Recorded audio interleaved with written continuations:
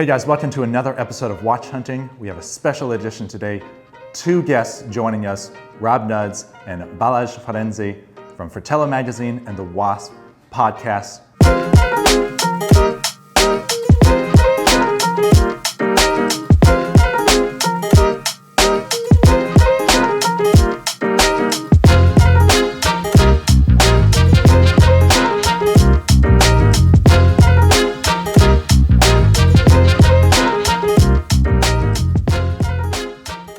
Gentlemen, how we doing? Very well, thanks Thomas. Thanks for having us. Indeed. All right, before we get down into it, let's do a little wrist check. What are you wearing? Rob? Well, I've got the Rolex Oyster Date Precision on that I picked up from our good friend and colleague RJ's hairdresser. So that was a nice find, one unexpected, but very much appreciated. And it's not a ladies' watch. It isn't? Well, it's 34 millimeters. It could be for anyone. Yeah. On the other It's hand, modern times.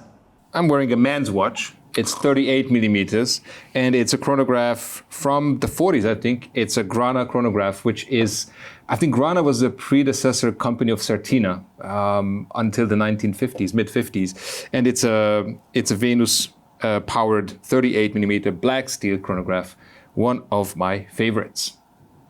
There we go. Way to one-up him. Point one for Balázs. Thank you. I got on the Benris Type 1 reissue, 42.5 millimeters if we're keeping score, but it wears a little bit smaller. Nice, very nice. That was a punch, a subtle punch from Thomas. Yeah, I'm getting it from all sides, it seems. We're going to jump into hunt number one if you fellas are ready. Balázs, you are in the hot seat first. You have 2 minutes to choose 3 vintage chronographs in the 1950s and 60s. As soon as that 2 minutes is up, Rob, we're going to kick it over to you. You got to choose your favorite of the bunch. How you feeling? I'm good. I'm good to go. Let's start. We're going to get some time on the G-Shock. 2 minutes, Balázs, starting now.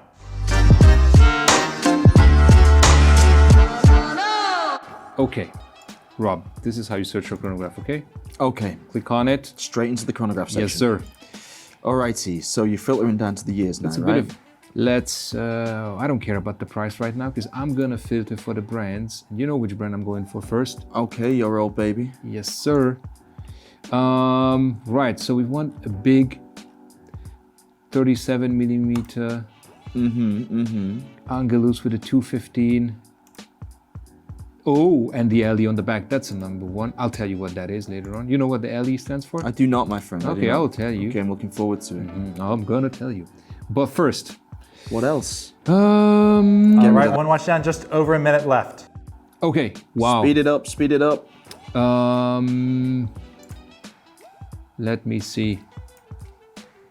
Let's search for a Galet. Ooh, a galley. Oh, they have it at the G. Okay, Because they so can spell. Okay. what do you think about this one, the Jim Clark? That looks very enticing, yeah. That might cause your anglers some problems. No, it won't. Gonna have to have a look at that one. I Please. think. That's rather Please. interesting. Please. Sorry. Okay, 40 seconds left for your final watch, Balázs. Oh, that's gonna be easy, Walk in the Thomas. park. Oh, what do you think about a caliber 11? I like vintage Hoyers. I mean, if you're trying to make sure the Angelus wins, then this is a good choice because There you go.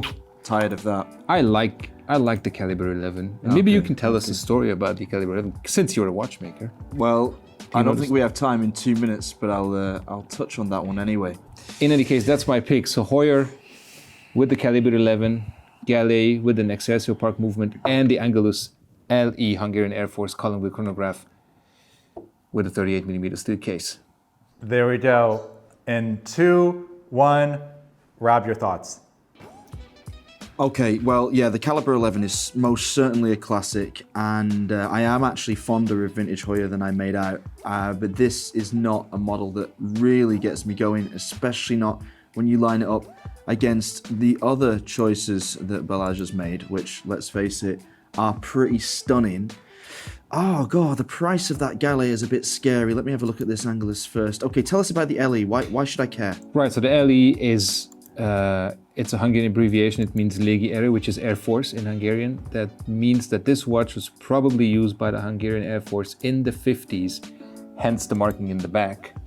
And yeah, that's a 38 millimeter steel case. Okay, so it's modern enough size-wise, really nice looking thing, and it looks all original and correct. Unfortunately, it doesn't have the old telephone or ground speed markers. I think it does. It's just faded. Really? Yeah. Oh goodness, you're right. Actually, I can see the 6 and the 3, Yep. but which ones do they have? Does it go to 9 or 12? Ooh, 1 minute tough left. one. Oh, 1 minute. Okay, I need We'll to have a never look know. at this. Have Maybe a from look at another this. angle. You can check from maybe, another angle. maybe. It's worth having a look. Okay, so these lines that I'm looking for are markings that normally appear at 3, 6, and 9, and occasionally at 12, and there's a bit of controversy as to what they're for. Yeah. Whether they're to time telephone calls, like pay calls, or whether they are to time or to help pilots with ground speed calculations. But in this case, this could have been the reason. Could have been both. Or at least could have been used for that. Okay, oh, that is gorgeous. That galley is gorgeous, and it has a telemeter, and I have such a weak spot for telemeters, but the And it's a dial- triple sub dial. Ay. But look at the gorgeous movement. Go watch. for the movement shot. This is Excelsior Park, right? Yeah, it's Excelsior Park. The Angelus has an in-house Angelus movement. And, well, the Caliber 11 is a... 15 seconds. You're giving me collaboration. 10K on this budget, so there's plenty of wiggle room in all of them. Can I take both? No, if not quite. the money you save, you can take it home. Your Galley. pick, In the Rob. beginning. Galley. I'll take the galley. There we go. With, by the skin no. of your teeth with 1 second left, we're going with the Galley. No. Yes. Although, be mindful, it's $6,105, but it's coming from Japan, so it's going to get hit with some pretty hefty import duty when it arrives. So it's going to be closer to 7.5, really. But what a watch! What a stunner! Same for the Hoya, by the way, but you didn't choose the Hoya. Anyways. True, the Hoya's chocolate. Wait. Thomas, which one would be your pick? Ooh, I would go. I'm a Galley fan. Not the Hoyer. The case shape isn't really up my alley, but the Galley is just very beautiful. That's what I would go for. And it's not like we're spending our money, right? Not like it's our We're not money. spending any money. Yeah. Okay. I'm vengeful now. Vengeful. Oh dear. Here we go. Ready for hunt number 2, are we? Yep, ready as I'll ever be. All right, we're going to switch it up for hunt number 2. Rob, you are in the hot seat this time. Balázs, you will have 2 minutes after that to weigh in. Rob, the task before you today, Speedmasters on a budget. I need you to choose 3 examples, no more than $5,000 Nah. per watch, and you only have 2 minutes to do it. Are you ready, sir? I am ready. And with that in mind, we're starting off. 3, 2, 1. 2 minutes, hit it.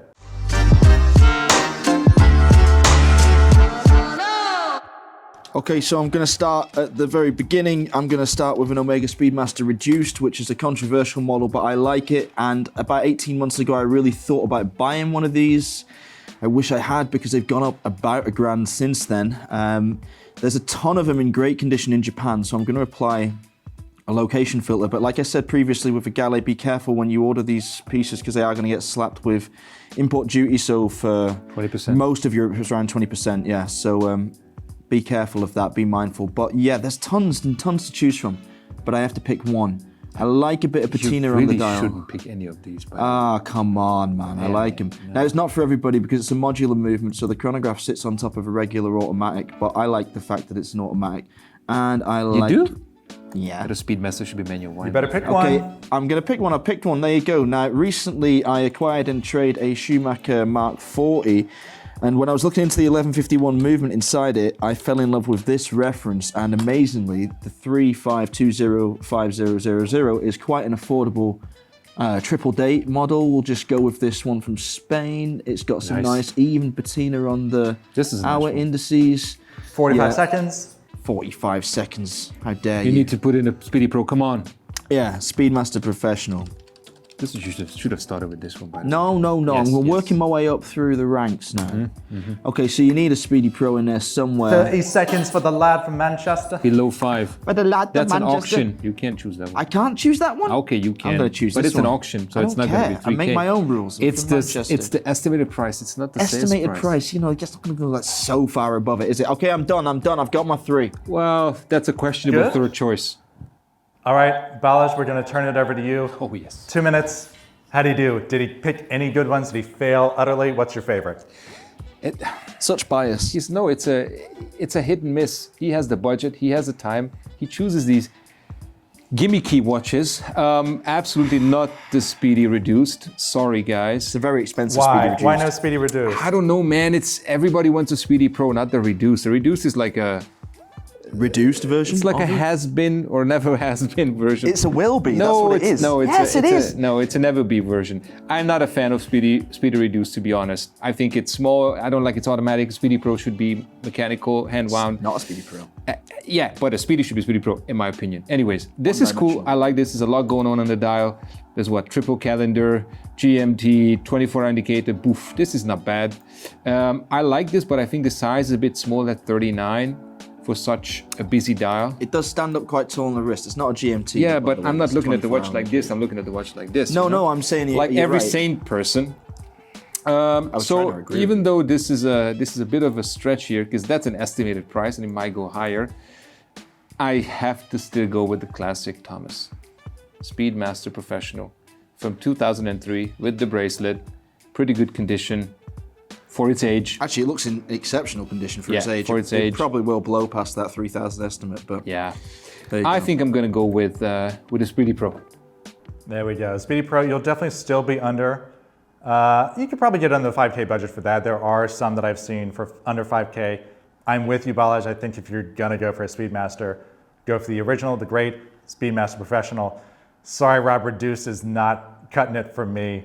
You heard the man? I understand. I respect your You heard him, decision. man? That's fine. Each He to their own. wears a 42mm watch. That's a man's size watch. He's still ribbing me because I've got a 34, 35 millimeter Rolex. Yeah, my on mom today. has one of those as well. I like your mom. Yeah. Well, All right, and we're going to do a hard transition to our hunt number 3. Hunt number 3, in the spirit of teamwork, we're gonna have you work together. Choose 3 Olympic-themed watches. No budget, but you only have 2 minutes, so you're gonna have to play nice and work together. Gentlemen, it's gonna be tough, but let's do it. Oh, not again. 3 minutes on the clock, starting now.